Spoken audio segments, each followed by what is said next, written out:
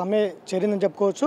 ఈ సమ్మె పైన మాట్లాడేందుకు మనతో సిపిఐ సిపిఐ కార్యదర్శి నారాయణ గారు ఉన్నారు. సరేంటి తెలుగు ఇండస్ట్రీలకు సంబంధించి కార్మికులు గత 3 రోజుల నుంచి సమ్మె చేస్తున్నటువంటి నేపథ్యం కనిపిస్తుంది. ఇప్పటికే కొన్ని డిమాండ్ చేస్తున్నారు. వేతనాలు పెంచాలి, చాలా రోజుల నుంచి వేతనాలు లేకుండా అలాగే ఉన్నామని చెప్తా ఉన్నారు. దీనిపైన తెలుగు రాష్ట్రాల్లో కళామ తల్లికి సేవ చేసేటువంటి కార్మికులు పొట్ట చేతులు పెట్టుకుని ఆందోళన చేస్తున్నారు. వాళ్ళకంటే డబ్బులు ఎక్కువే కాదు, చాలక వాళ్ళని సానుకూలంగా పరిష్కారం చేసుకోవాలి. ఒకవైపున వందల వేల కోట్ల రూపాయలు ఖర్చు పెట్టి సినిమాలు చేస్తున్నారు. వాళ్ళు ప్రభుత్వం వాళ్ళకి రాయితీలు ఇస్తూ ఉంది, బ్లాక్లో అమ్ముకోవడానికి పర్మిషన్ ఇస్తూ ఉంది. కానీ మా డబ్బులు వాళ్ళు 30% అడిగితే తక్కువేం కాదు, ఎక్కువేం కాదు, ఇయ్యచ్చు. ఇంకొంతమంది ఉన్నారు 5 కోట్లు 10 కోట్లు పెట్టి తీసేవాళ్ళు ఉన్నారు. అట్లాంటి వాళ్ళు ఎంత తీసుకుంటారు? ఒకటి. రెండవది, ఇవి ఒక 10 మంది కుటుంబాలు ఉన్నాయి. మొత్తం పెట్టుబడి వాళ్ళే, యాక్టర్ల వాళ్ళే, దర్శకుల వాళ్ళే, ప్రొడ్యూసర్ల వాళ్ళే, సినిమా థియేటర్లు వాళ్ళవే. కట్టినప్పుడు మిగతా 90% మధ్యతరగతి సినిమాలు తీసేటువంటి వాళ్ళు ఏమైపోతారు? వాళ్ళు థియేటర్లు దొరకవు, వాళ్ళకి ఆదాయం రాదు, ప్రభుత్వం ప్రోత్సాహం లేదు.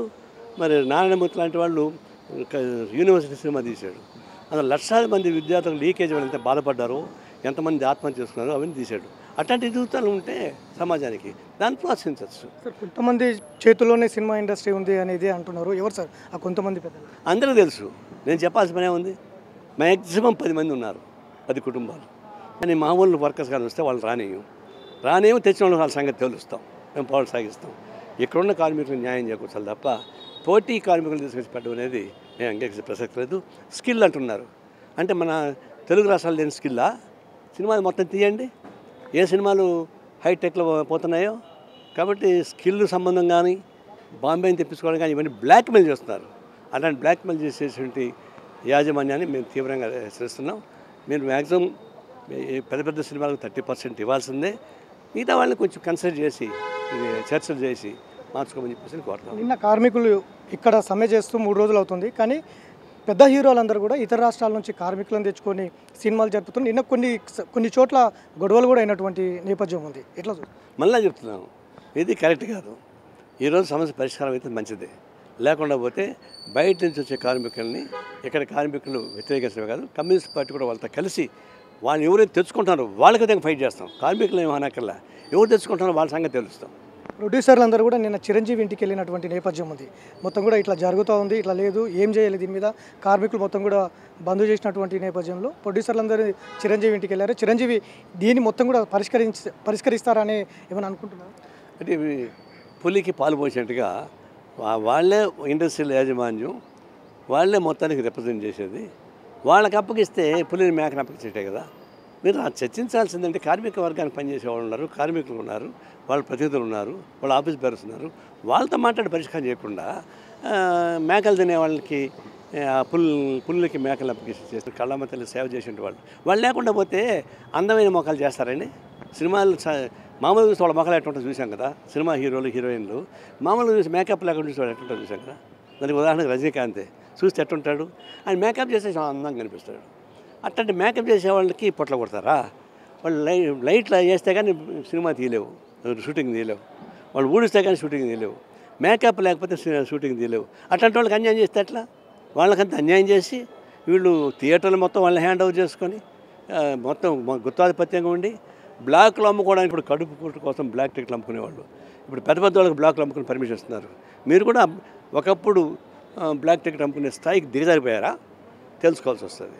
చిరంజీవిని గతంలో మీరు ఏమన్నారు, ఆయన నిన్న తీవ్ర స్థాయిలో స్పందించినటువంటి నేపథ్యం ఉంది. కరెక్ట్ కాదు. నిన్న ఒక ఈవెంట్లో మాట్లాడారు, పర్టికులర్గా పాత వీడియో కాదు, నిన్న ఒక ఈవెంట్లో మాట్లాడారు. పర్టికులర్గా కొంతమంది నన్ను విమర్శలు చేస్తున్నారు, నా మంచే వారికి సమాధానాలు అంటూ కూడా చెప్పారు. వారి మంచో ఏందో మనకు అవసరం లేదు.